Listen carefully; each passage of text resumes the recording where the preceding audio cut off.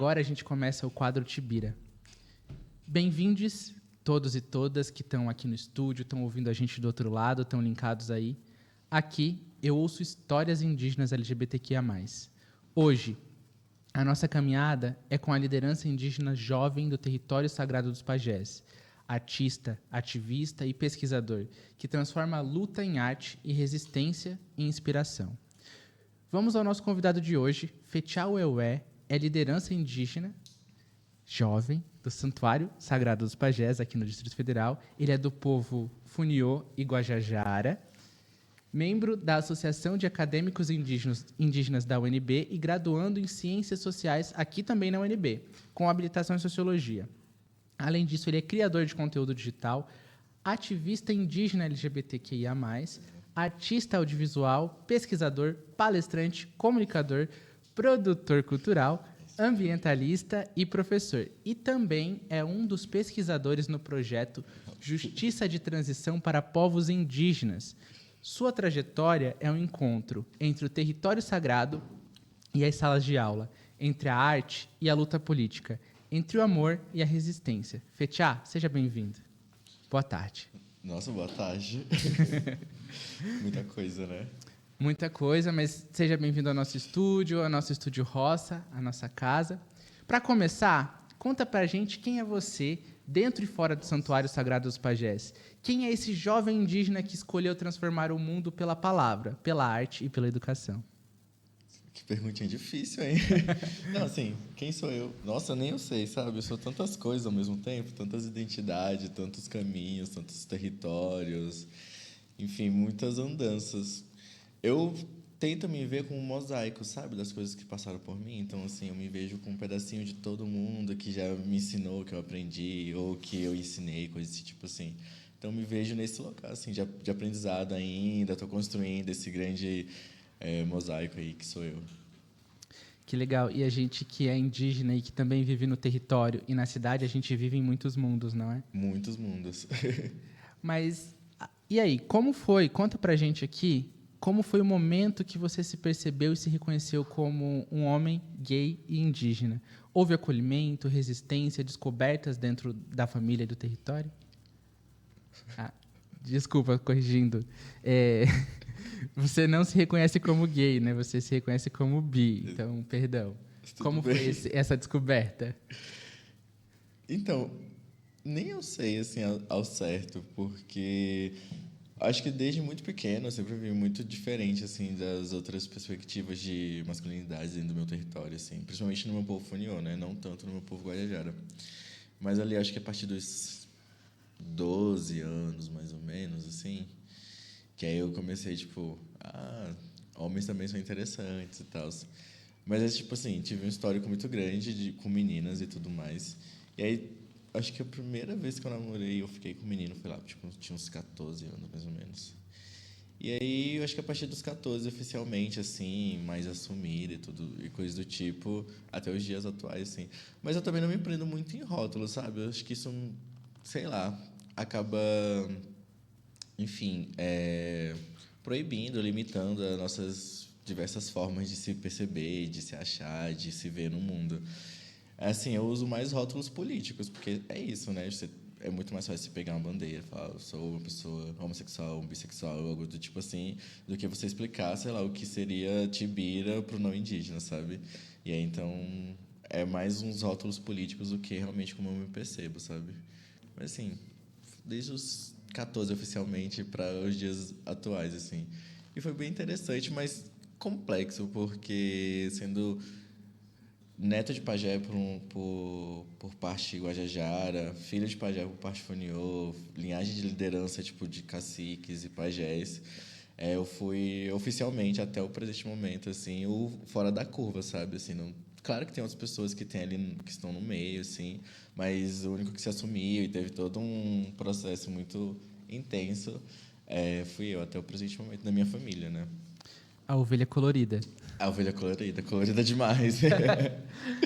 Mas um mundo sem cores seria um mundo sem graça, né? Afinal. Ai, com certeza. Bom, vamos falar um pouquinho sobre a sua trajetória na UNB. Estudar ciências sociais aqui e viver no Santuário dos Pajés certamente te coloca em dois mundos, ou talvez mais. O da academia e o da ancestralidade. Como é equilibrar esses dois universos? Cara, então, a minha trajetória, assim, começou exatamente no direito, né? Eu fazia direito bem antes da sociologia, das ciências sociais, exatamente. E, mais ou menos, acho que em 2019 eu troquei para ciências sociais e comecei em 2020, efetivamente. Cara, na verdade, foi uma quebra, assim, de tabu muito grande, porque eu não tinha ciência do que era a própria sociologia, enfim, na sua base, coisa do tipo, as ciências sociais no geral. Eu só entrei, assim, poxa, eu vou trocar de curso, não sei o que eu vou fazer, e é isso. Aí entrei nas ciências sociais. E aí eu fui conhecendo esse curso e tal. Inicialmente, velho, eu odiava muito, para ser bem sincero, por conta dos professores, assim. Porque o povo acha que as ciências sociais é um curso, assim, super chilelê, super de esquerda e tal. Mas, na real, que não é, assim. A gente tem professores extremamente racistas, tem professores de todos os departamentos, do ELA, enfim, de antro, da sociologia, exatamente, da própria ciências sociais, que são professores que, assim, tem vários processos por conta de racismo e coisa do tipo. E aí, quando eu entrei, entrou eu e a Jaque, que é um parente de Pancararu. Eu entrei pelo vestibular. O vestibular que eu fiz foi um vestibular específico direcionado aos povos indígenas, que tem aqui na UNB. E aí a gente entrou, só que aí a gente começou a perceber muito isso dos professores. Eles tinham um certo, tipo, a cara do índio, você não parece ter cara do índio. E aí começou a pandemia. E aí eu lembro muito de um professor específico que ele falou, porque aqui na aula ali, né, online, EAD, aí ele me puxou como exemplo. Ele falou, a gente tem um índio aqui, o Feichá, que eu sei que ele está na aldeia passando por dificuldades, que deve estar sem internet, não sei o que e tal. Aí eu pedi a fala, né? Eu peguei a fala e comecei a comentar. Eu falei, não, professor, eu estou na UNB, eu estou em casa e tal. Ele, não, desculpa. Aí ficou tipo uma coisa muito esquisita. E aí isso foi até mais ou menos o quinto semestre, né? Eu já estou no 12º. Já estou para apresentar o TCC, na verdade. E aí, assim, depois do quinto ficou mais tranquilo, assim, porque eu fui conhecendo outros professores, outras linhas de raciocínio, outras linhas de pesquisa e tudo mais. Eu saí dessa linha de coisas obrigatórias e como eu conheci outro lado da sociologia, das ciências sociais, que eu gosto, né? Que me fez me manter nos grupos, enfim, de pesquisa, de amizades e no próprio curso, sabe? Então, assim, hoje em dia eu gosto muito das ciências sociais, mas ela ainda tem um lado meio tenebroso, sabe? Acho que o principal desafio é enfrentar esse racismo estrutural, né, que tem dentro da universidade. E institucional também, sabe? Porque tem muito essa questão da instituição presente ainda. Sim. E qual o tema do seu TCC? Pode contar? Nossa, o tema do meu TCC é muito complexo. É que ele mistura um pouco de antropologia e sociologia urbana, mas é voltado para o viés de território, no sentido territorial geográfico mesmo, assim, delimitações geográficas, ou limitações geográficas, no caso, né? Uhum. E aí, o que eu estou fazendo? Eu estou fazendo uma sobreposição de mapas desde 65 do território onde eu moro e explicando como é que a gente foi perdendo o território e como a formação no território se modificou a partir da vinda da expansão imobiliária, no caso daqui do setor noroeste, no caso, né? E aí, a partir disso, eu vou tentando falar um pouco de educação, de memória, de coisas que eu gosto dessas duas áreas. Mas, basicamente, é nesse lugar ali, falando um pouco sobre uma análise a partir de mapas que eu mesmo produzi, coisas desse tipo. É bem complexo, mas é bem legal. Que bacana. Esse primeiro quadro ele é voltado para a gente conhecer você. E aí, quando a gente estava conversando, você me disse que a sua música favorita é Ocitocina, né? Uhum. O que ela te faz sentir? Nos últimos momentos. Enquanto isso, produção, a gente pode ouvir um trechinho dela também? Cara, eu gosto muito... como eu também faço parte das artes e tudo, e coisas do tipo, eu gosto da... Se você quiser ouvir, pode botar o fone, tá tocando. Eu gosto muito da ideia do jeito que ela foi produzida e do que é o Citocina, enfim, do próprio processo dela. Eu gosto muito da Jalu também, ela é muito linda, muito perfeita, eu gosto muito. Ela te libera ocitocina? Ela me libera Citocina, porque toda vez que eu escuto essa música, sei lá, eu me imagino dançando dentro d'água. Tipo no rio, sabe, assim, é bem interessante. E a batida dela, o beat, tem uma coisa que me cativa. É, que legal. Eu me imaginei numa cachoeira. Então, uma cachoeira, um rio, algo que tenha esse elemento da água, né? Então eu percebo muito isso nessa música. Aí me traz ocitocina. Massa. E, Fetiá, se você pudesse representar a sua trajetória com um emoji, qual seria ele e por quê? O de cansado, com certeza. O de cansadinho, assim, com a língua pra fora, tipo... porque eu sou muito cansado, assim. Eu tento ter essa questão do lazer, mas é muito trabalho, é muita coisa, é muita viagem. Semana que vem eu vou viajar, vou fazer uma performance no Salvador. E aí eu volto, e aí no final do mês tem viagem a campo, com o negócio da pesquisa sobre direitos justiça de transição. E aí teve a COP, eu tô tipo meio que, eu vou ou não vou pra COP, só que tipo, a COP já é semana que vem, eu não tenho tempo para decidir isso. Então, tipo, sem falar de outras coisas, outras atividades, tipo projetos, né? Acabei de finalizar um projeto, um PNAB aí com minha mãe, e agora tem outro PNAB no final do ano, e tem FAQ, enfim, várias coisas acontecendo ao mesmo tempo. E que eu fico assim, cansado, mas é um cansaço, não um cansaço tipo, cara, não tô fazendo coisas legais, é um cansaço tipo, ok, são coisas que eu gosto. E aí o tempo que eu tenho, assim, pra ter um descanso, eu me sinto muito esse emojizinho, tipo, deitado assim, tipo, cansado. Mas é um cansado não de uma forma totalmente ruim, sabe? Uhum. É um cansaço legal, né? Porque a gente se cansa fazendo coisas muito legais e fodas. Exato. Bom, agora a gente vai falar um pouquinho sobre experiências sentimentais e cotidianas. Ai, meu Deus, o que vem aí? Como foi crescer e viver a sua afetividade sendo um homem bi? E quais foram os momentos mais marcantes de amor e de coragem na sua trajetória? Misericórdia, velho. Como foi muito engraçado, assim, porque, por exemplo, quando eu vou para minha aldeia Funiô, lá em Águas Belas, eu nunca fiquei com nenhum menino Funiô, por exemplo. Aí todo o meu histórico lá eu só fiquei com meninas, tipo assim, todo o meu histórico, já tô tipo com 20, vou fazer 27, e nunca fiquei com nenhum menino Funiô. Assim, é muito engraçado isso. Agora, tipo, nas minhas outras comunidades, tipo, tanto, principalmente no Maranhão, lá no Guajajara, já é uma coisa mais, tipo, fica com outras pessoas, uma diversidade muito maior e coisa do tipo. E aqui em Brasília, eu já, tipo, tive umas 2 namoradas e o resto foi, tipo, todos meninos, né? E aí é muito engraçado essas questões, assim, de afetividade, porque minha família, ela é muito... Como é que eu falo? É que eu já fui noivo, né? Já fui casado e todo um processo. Caraca, babado. E aí, fazia uns 6 anos, mais ou menos, que a gente ficou junto e tal. E aí, foi a primeira pessoa que eu levei na aldeia e tal, assim, de fora da comunidade e tal. E aí a família pegou muito essa ideia de aquela pessoa vai morar junto eternamente, né? Vai, tipo assim, vão ter filhos, vão casar, não sei o que e tal. E aí eu cheguei, assim, depois de um tempo que a gente terminou, fez 3 anos, e aí eu falei pra minha família, não, a gente terminou e tal, mas a gente é amigos ainda, muito próximo, lá. E minha família, como assim vocês terminaram? Como assim você traz alguém pra sua aldeia e depois você termina? Não existe isso, você tem que voltar, como assim? E eu comecei a falar, não pode, enfim, outras questões e tal, outros atravessamentos, e não tem como a gente voltar e tal. E aí minha família, toda vez que eu vou assim, pergunta, você voltou com fulano? Eu, não. Aí, por que não? Não sei o quê. Aí tem essas questões, assim, porque minha família ela existe em outra temporalidade, outra realidade, que os relacionamentos é uma coisa, assim, muito mais rígida, fixa, sabe? Assim. E, enfim.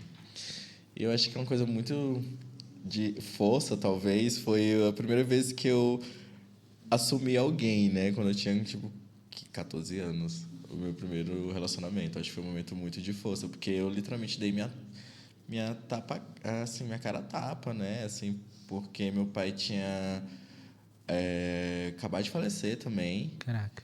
E aí foi no final do ano, então, tipo assim, foi muito uma coisa atrás da outra. E eu já tava ficando com essa pessoa já fazia um tempo, e aí a gente decidiu que ia namorar e tal. Só que aí é isso, o destino, né? Ninguém sabe se a gente vai morrer ou vai viver, assim, e tal. E aí acabou que foi um momento muito de força, assim, e muito de coragem, porque eu era muito novo, era um molequinho, e minha família, ela não aceitava, assim, de nenhum jeito.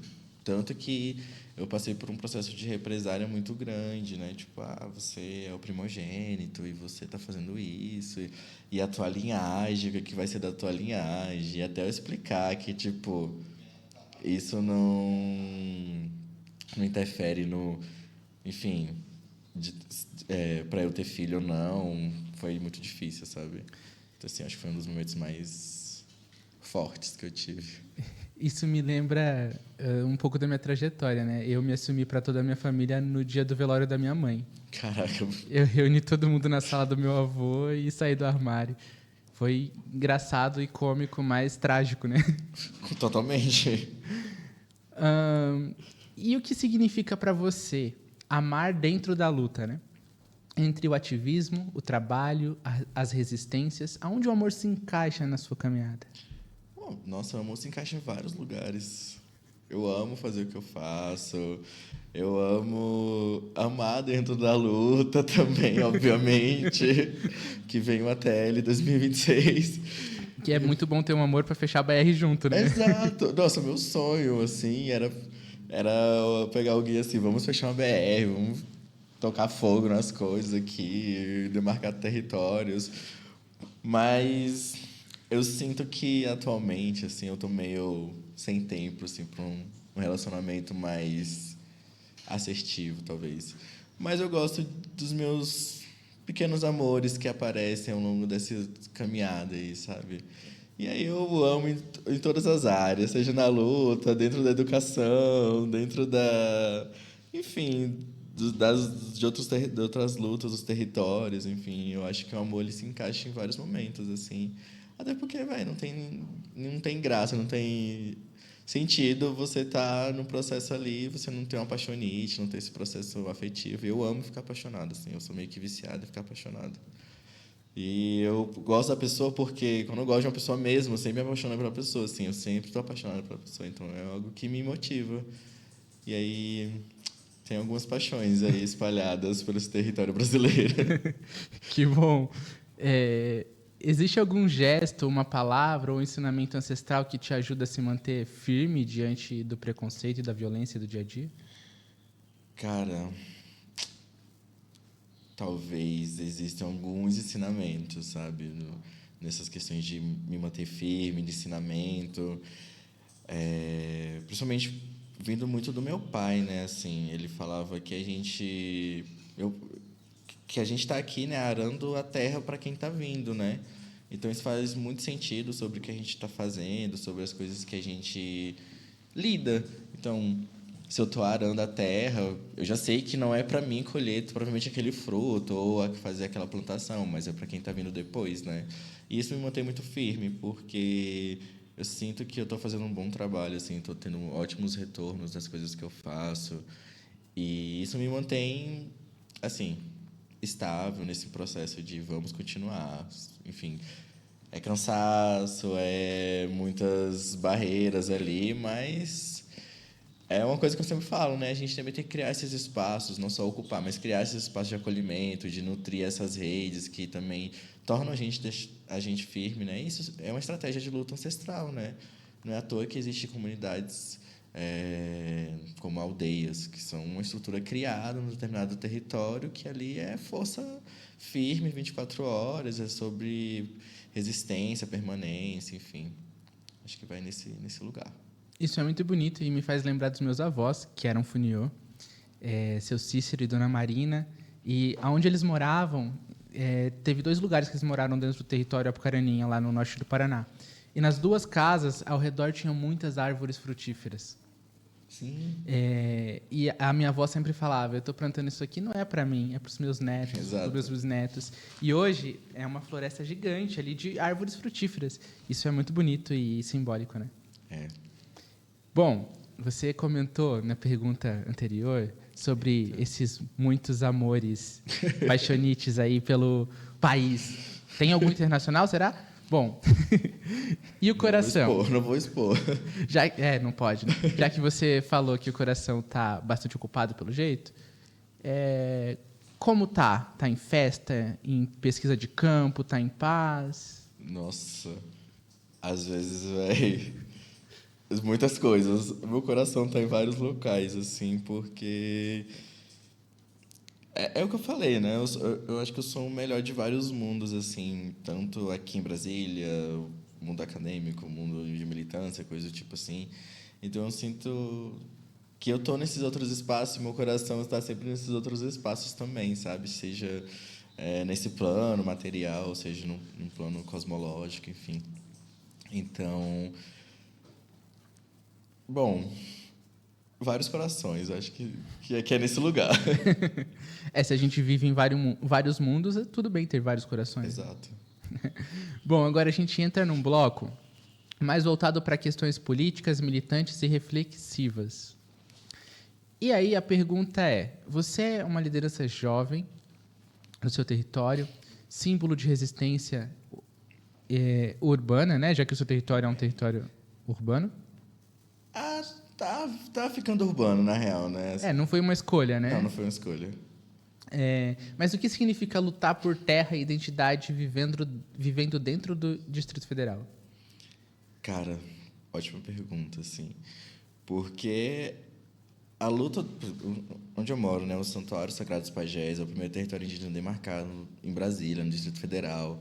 Tem uma história de mais de 50 anos, envolve a Constituição de Brasília. Então, assim, tem um histórico muito grande, principalmente voltado à luta contra, né, a expansão imobiliária, no sentido do bairro de elite do Noroeste e tal. Então, quando a gente fala sobre identidade, sobre permanência, sobre território, etnicidades, é muito sobre isso, é sobre onde a gente mora, onde eu moro. Porque todo tempo, seja o Estado brasileiro, seja o governador do Distrito Federal, políticos e política do Distrito Federal em si, sempre tentou deslegitimar a gente enquanto território. Então, sempre falava da identidade. Porque, por exemplo, meu pai é de Pernambuco, ele é funil de Pernambuco, funil Tapuia, minha mãe é do Maranhão, então não tem pertencimento territorial em Brasília, só que a gente já nasceu nesse território, então, assim, tem todo um processo ali de territorialidade, de identidade, de fato, porque eles sempre foram nesse caminho, né, de uma identidade única, e a gente não é uma identidade única. A gente tem dupla etnia, a gente fala funiô, o iatê, a gente fala tupi, a gente canta nas duas línguas, a gente se pinta com as duas pinturas, usa os dois artesanatos. Então, assim, não é uma identidade única perante ao que eles pensavam, né? E também não é a ideia do índio.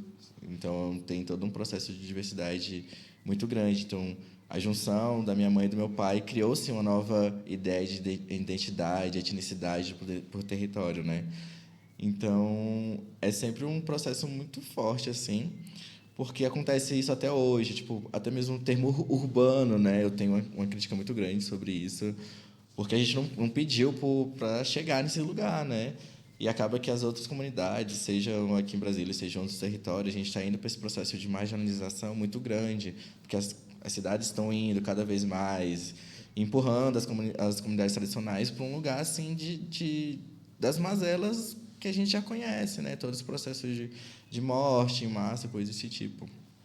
Então, quando a gente fala em Brasília, ou fala de luta de território em Brasília, as pessoas sempre acham que é muito novo, muito recente, mas na real que não. A gente não tem só o santuário, né? A gente tem outros territórios que também estão em processos de luta, mas num processo muito menos doloroso ou violento como foi o do santuário. Então, falar sobre o território é sobre falar sobre a nossa própria existência, sabe? Não só a existência no plano físico, mas como a gente percebe também o santuário, né? O santuário não é só o plano da terra, o solo com valor econômico. A gente percebe aquele território enquanto um ser vivo, né? Enquanto um ser vivo que merece ser cuidado e protegido com esse tipo. E é uma coisa, umas filosofias internas da comunidade que o não indígena, o branco, no caso, né, não entende, porque para eles é muito mais fácil chegar e oferecer milhões e bilhões de dinheiro e achar que é isso, sabe? E aí, tantas vezes a nossa própria identidade, nosso território, enfim, nossa resistência teve esse valor, né? Já ofereceram milhões, assim, tipo, mais de 74 milhões de reais. Teve uma passagem que hoje, toda vez, assim, palestras, na própria sala de aula, quando eu estou ministrando aulas, enfim, outras questões também, eu sempre trago como uma referência, né? Que eles falaram, não, então vamos fazer assim. A gente pega um busto, uma foto de busto de vocês, da família, e faz uma praça. E aí bota o rosto de vocês, assim, faz um busto de bronze de vocês, e coloca aqui já passou os indígenas do Planalto Central. E isso eles chegavam com a cara de pau, assim, já com o projeto já feito, com o design do que seria a praça, coisas desse tipo assim. Então, a gente ter demarcado em 2018 esse território fala muito sobre como a gente tem essa questão identitária muito forte, né? Porque foi demarcado dentro dos moldes da Constituição, né, de 88. Então, a gente está ali como território tradicionalmente ocupado. Então, a gente conseguiu comprovar que é um território tradicional, que a gente mantém as questões étnicas muito grandes, para além de só ter a questão da etnicidade, né, Funião Guajajara, mas também a língua, os processos de manejo do cerrado, manejo de, enfim, do que a gente consome também é muito tradicional. E aí isso foi uma das coisas, né, que ajudou principalmente a demarcar o território onde eu moro, né? Bom, já que você está falando do seu território, o Santuário Sagrado dos Pajés, você pode contar um pouquinho mais para a gente, né, sobre ele? Nossa. Quantas famílias, qual o tamanho do território? Atualmente, então, o território tinha mais de 80 hectares. Hoje a gente está com 32 hectares e meio. E a família que demarcou e tem a questão da posse sobre o território e tal, é a família nuclear do meu pai, né? Então, é todo mundo que deriva do meu pai e da minha mãe. Então, eu, minha mãe, meus irmãos ali, meus sobrinhos e coisa do tipo. Mas a gente tem hoje dentro do território outras famílias que entraram de uma forma ilegal, digamos assim, o território, e que também estão compondo os moradores do território porque estão dentro do território, né? Não tem como tampar o sol com a peneira, porque isso é inexistente. Mas da família mesmo nuclear, a gente tem 10 famílias originárias do meu pai, né? Assim, tanto os filhos, os netos, mas também primos, enfim, sobrinhos do meu pai que também moram no santuário, né? Bom, é isso. A gente também tem outro processo que eu acho bem interessante e de uma forma não interessante legal, mas interessante, tipo, estranho. Porque o santuário ele é um único território, assim, que é demarcado e tal, que ele é cercado. Os outros territórios indígenas eles não têm esse processo de cercamento tão nítido. E lá é nítido o que é o noroeste e o que é o santuário. E aí a galera sempre fala, não, eu sempre falo, né, da cerca para dentro é uma questão, da cerca para fora é outra questão. Então são duas realidades diferentes na mesma região ali do setor noroeste. Então é bem complexo. Certo. E como o ativismo LGBTQIA+, né, se conecta com a defesa do território e da espiritualidade? Quais pontes você enxerga entre essas duas lutas? Boa pergunta. Eu enxergo muitas coisas, assim, principalmente na questão da resistência, sabe? No processo de insurgência, subversão das coisas e tal, bora ali mesmo, bora fazer acontecer.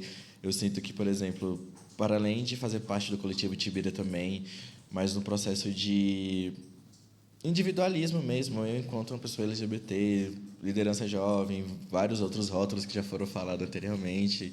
Estando nesse lugar é muito um processo de resistência, porque eu vejo ao longo de hoje em dia, né, fazendo parte de vários coletivos, vários processos de luta, de formação política, de tudo mais, voltado à população LGBT indígena, infelizmente, entrando nessa questão do pioneirismo com outros indígenas também, a gente percebe que nós, esses corpos indígenas LGBTs, estamos dentro das várias linhas de frente, seja da educação, seja das questões de território, de saúde, enfim, seja sendo liderança ou algo do tipo.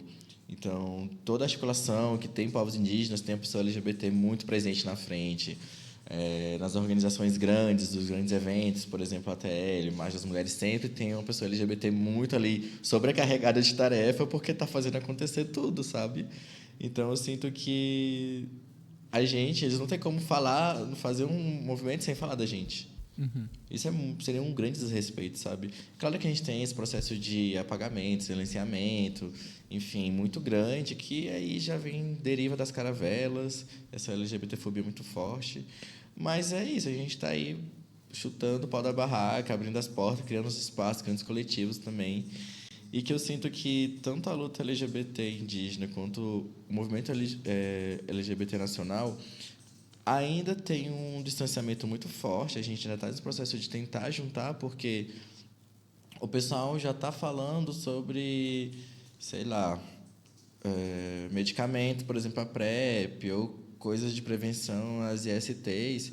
E a gente ainda está falando dos primeiros indígenas LGBT, a gente ainda está falando que existe indígena LGBT, enquanto a pauta do movimento LGBT nacional já está muito além, sabe? Então, a gente está ainda engatinhando esse processo, e que eu percebo que é o processo também do movimento indígena. A gente ainda está engateando em muitos debates comparado a outros movimentos, seja MST, seja o movimento negro, quilombola, enfim, que já está em outras pautas, que para a gente ainda é pautas muito prematuras, sabe? Então, eu sinto que tem muita ligação muito forte que, assim, dependendo das pessoas, dos coordenadores que estão na frente de certas organizações, pode-se criar coisas, assim, magníficas, porque só tem a agregar essas duas pautas, digamos assim, sabe? Com certeza. E o que a militância te ensinou sobre escuta, cuidado e comunidade? Existe um aprendizado nesse processo que te marcou, assim, tipo, profundamente? Eita. Só perguntas fodas, né? É porque o processo de escuta é muito, muito interessante. Assim, desde o meu nascimento até o falecimento do meu pai, eu tive nesse lugar da escuta muito ativa, né? Então, eu estava ali ouvindo muitas lideranças que andavam muito com meu pai, desde as grandes lideranças reconhecidas, assim, Cacique Raoni, Ailton, Munduruku, enfim, entre outros, que andavam, tipo, tomando café com meu pai.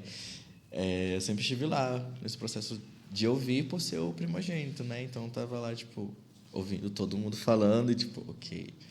E aí, hoje em dia, já estando nesse outro lugar também de liderança, de andar com outros filhos de liderança também, andar com jovens lideranças também, lideranças mais velhas, obviamente. Eu ainda mantenho esse lugar de escuta, porque o falar ele é muito cuidadoso, né? Você tem que pensar muito no que você vai falar, porque, principalmente quando você está nesse lugar de foco, o que você fala ali pode reverberar de uma maneira totalmente negativa e perder o controle de uma pequena frase, de uma ideia que você falou que a pessoa não entendeu. Então, é um lugar muito do falar cuidadosamente e da escuta ser uma escuta ativa, não só ouvir e deixar aquilo para lá, mas ter esse ativismo, essa ideia de vamos fazer mudar. O que eu posso fazer depois disso, sabe? É sempre uma coisa que eu faço. Tipo, eu chego nas rodas de palestras que eu vou dar, ministrar, coisa do tipo assim. E aí eu sempre falo, gente, vamos ter uma escuta ativa. Vocês estão me ouvindo falar aqui, sei lá, 2, 3 horas. Mas e depois? O que vocês vão fazer com isso? Vocês vão só botar no Instagram. Estive em uma palestra muito legal com um indígena, muito legal. Não, e aí? O que vocês vão fazer? Vocês vão seguir pessoas indígenas? Vocês vão consumir conteúdo indígena que está nas redes? Vocês vão ler escritores indígenas? Vão ouvir artistas indígenas? Porque se você não fizer isso, depois de eu falar a importância disso por 1 hora, não faz sentido nenhum. Você só estava lá sentado, ganhou ali seu certificado de participação e é isso, sabe?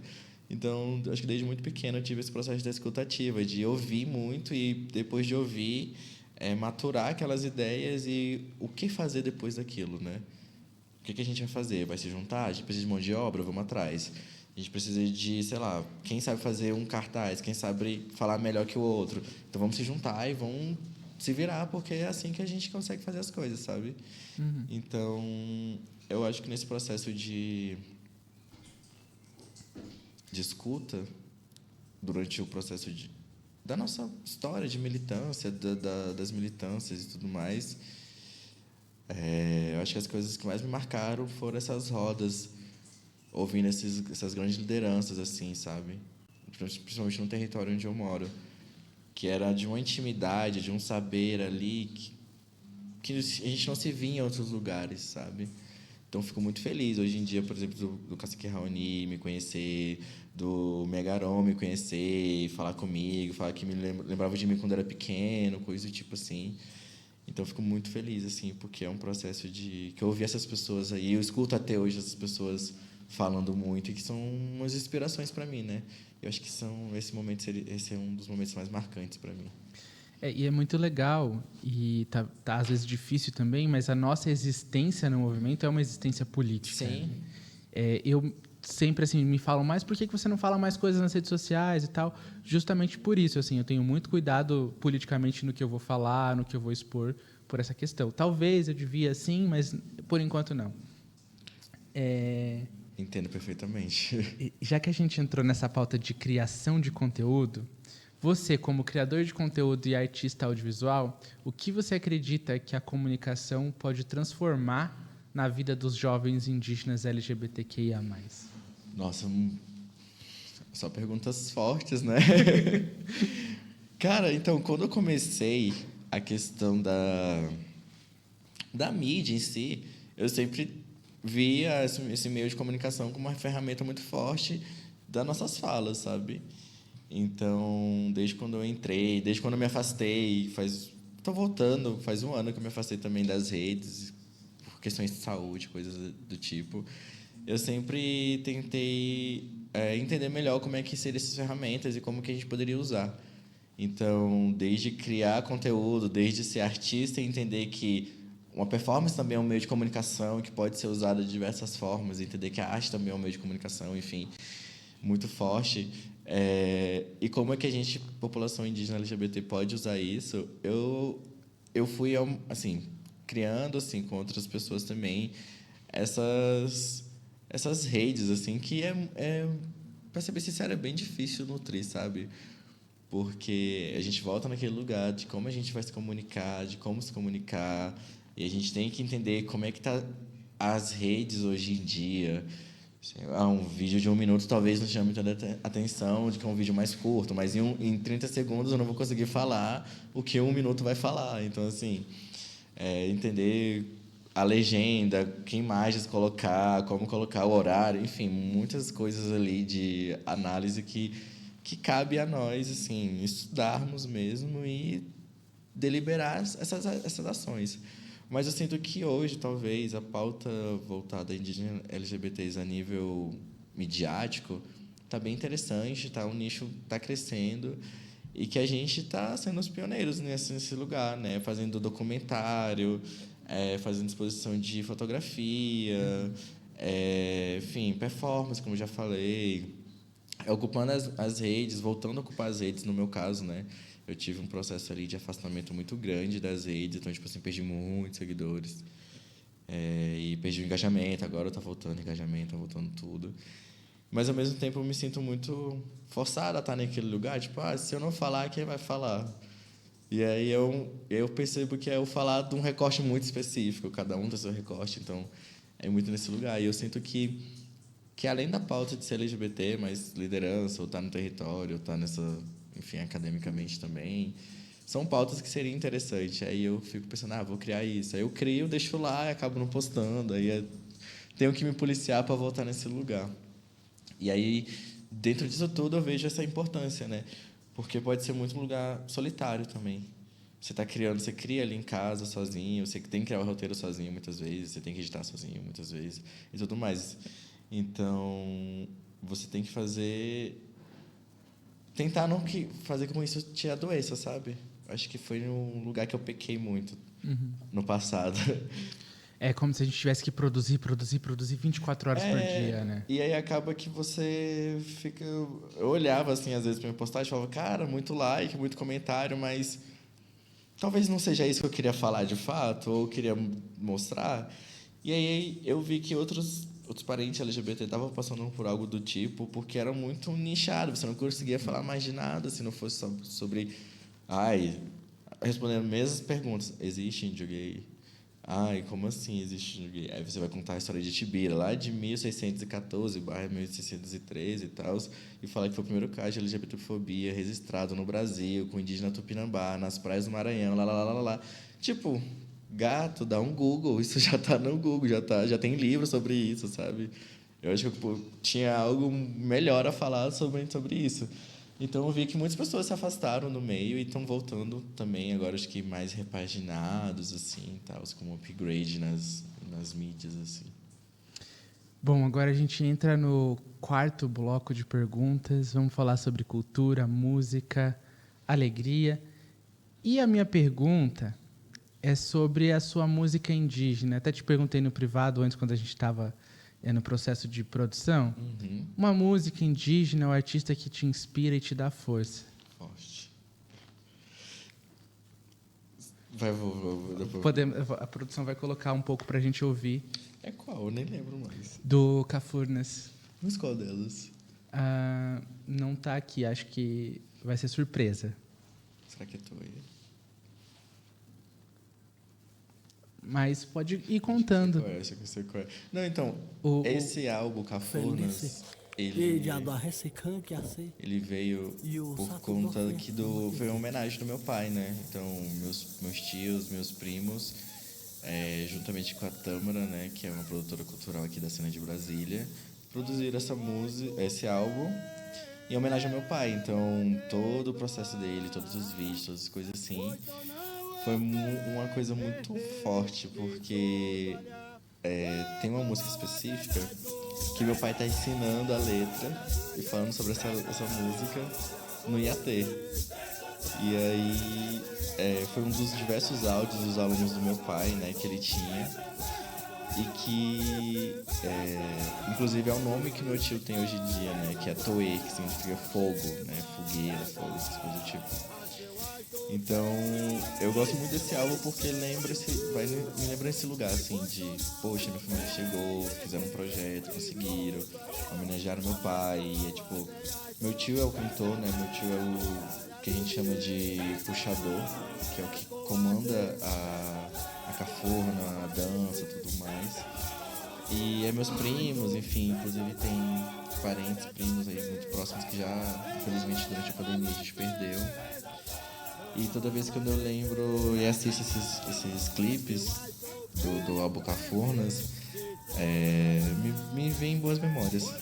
Me vem um lugar de... aquece o coração, sabe? Eu achei forte quando você disse, porque esse é um álbum que também me arrepia muito e me fortalece quando eu preciso de força, né? Acho que a minha ancestralidade funiô, ela brota ainda mais quando eu ouço esse álbum. E aconteceu uma coisa muito curiosa no ATL, por exemplo. A gente estava falando sobre a rádio, bem na hora que eu fui falar, o povo funiô passou atrás, cantando Toré, e foi lindo. Então traz essa força, né? Essa força sagrada do Oricuri, que tanto emociona e nos fortalece. E achei muito bonito também que homenagearam seu pai, né? Sim. O álbum todo é muito forte. Exato. Mas, Fetiá, como artista audiovisual, quais obras ou produções que você sonha realizar para fortalecer as vozes LGBT? Cara, então, eu sempre chamando de cara, né? Mas... Tudo bem. Eu vou te chamar de primo, agora eu que vou te chamar de primo. Então, eu já tive já tive quanto depoente, já tive nas frentes das câmeras várias vezes, assim, desde documentário, curta e, enfim, especial para Globo, e, enfim, coisas do tipo. E agora meu maior desejo talvez seja estar atrás das câmeras, na produção de fato, sabe? Dessa construção. Então, eu ainda tenho uns projetos aí que estão vindo, uma hora vai acontecer aí. Que é estar nesse lugar dessa produção mesmo, de estar nesse lugar de criação, de entender tudo o que está acontecendo, mas por trás das câmeras, sabe? Talvez dar um descanso para minha imagem. E aí, estar nesse outro lugar, ouvir outras narrativas, ouvir outras vidas, outros modos de perceber as questões da gente quanto pessoas LGBT em outros territórios. Talvez não, é de certeza que eu quero estar nesse lugar. E por hora, assim, estamos criando, né? Estamos vendo o que está acontecendo. Então, eu ainda estou pensando, porque eu também tenho um lado fotográfico muito forte, assim, mas eu deixei ele muito de lado. Mas estou pensando em fazer uma exposição de fotografias de pessoas LGBT, que eu já tenho essa curadoria feita, já tenho as imagens separadas, editadas, enfim, de pessoas durante vários ATLs, só não desse ano, mas dos outros anos já tem essas fotografias e tudo mais. Talvez ir também para o lado do documentário, que eu gosto dessa ideia da narrativa, eu gosto dessa ideia mais informal de ouvir mesmo a pessoa sem estar ali com o roteiro, por exemplo, da Globo, que você tem que ler o oi, você tá lá escrito oi, fale oi, sabe? Não, deixar a pessoa aí no tempo dela, sentir a ideia dela. Eu gosto muito dessa ideia, sabe? De uma coisa mais orgânica, natural, enfim. Acho que as próximas ideias que talvez venham de mim seja isso. Inclusive, eu estava na coprodução porque eu não fiz exatamente, eu só passei o roteiro, passei tudo. Produzi algumas coisas, até filmei ali e tal.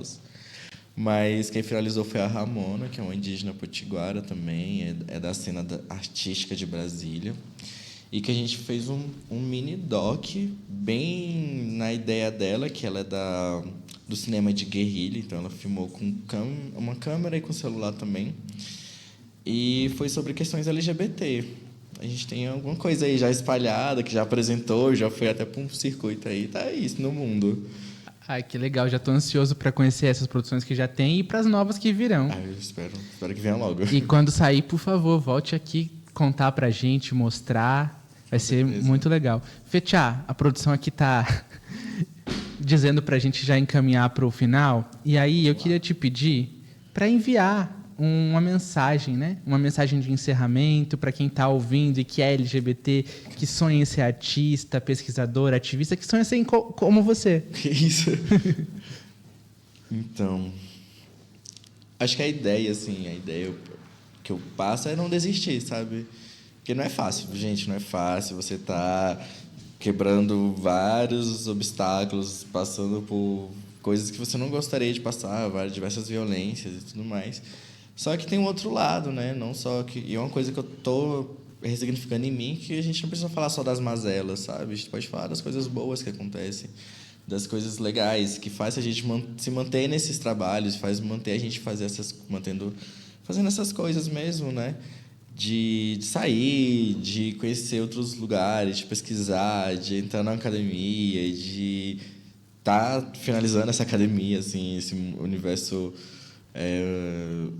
enfim, universitário, de fato, enfim.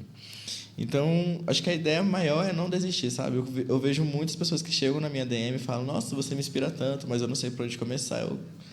Gato, assim, se joga, não é um bolo que você sabe uma receita pronta. Se joga e vai entendendo ali como é que você vai estar nessas redes, como é o que você gosta de fato de fazer. Porque não adianta você querer, sei lá, ser fotógrafo só por conta do hype. Aí você talvez não tire umas fotos tão boas, mas talvez seja muito melhor na edição das fotografias. Então, se conhecendo o que você vai entregar, o que você quer entregar, é muito interessante. E você só vai se conhecer se você não desistir, né? Porque a luta é diária e o caminho ele tá aí para sempre, assim, até mesmo depois desse plano. Então, o processo que eu falo é de não desistência, porque eu acredito que se eu tivesse desistido há muito tempo atrás, quando meu pai faleceu, talvez eu não seria eu, assim, sabe? Provavelmente aí seria outra narrativa, outro processo. Então, talvez não desistir. É isso, bota a cara no sol, Mona. Tem que botar, senão... E os protetor. Fetiá, muito obrigado. Bom, agora que você me chamou de primo, acho que eu posso chamar de primo, né? Tá, vai, Então, vai. Então, muito obrigado, primo. Sua presença aqui hoje é muito importante. Produção, me corrija, mas, salvo engano, você é o primeiro funiô a estar na bancada de convidados. Ah, é? Então, é uma honra ter tido você aqui, né, no segundo Tibira. Muito obrigado. O microfone está sempre aberto para quando você quiser voltar, trazer suas produções, a sua arte. E Obrigado. o Tibira de hoje está se encerrando por aqui. Ouvimos Fetiá Ueué, grande líder que transforma sua realidade em arte, poesia, resistência, afeto e luta. Que essa conversa lembre a todos nós que ser indígena e LGBT é existir com amor e coragem, é reescrever o futuro com o corpo, com a voz e o coração. Que cada ouvinte hoje leve consigo a força de um rio, que corre, que resiste, que acolhe e que transforma.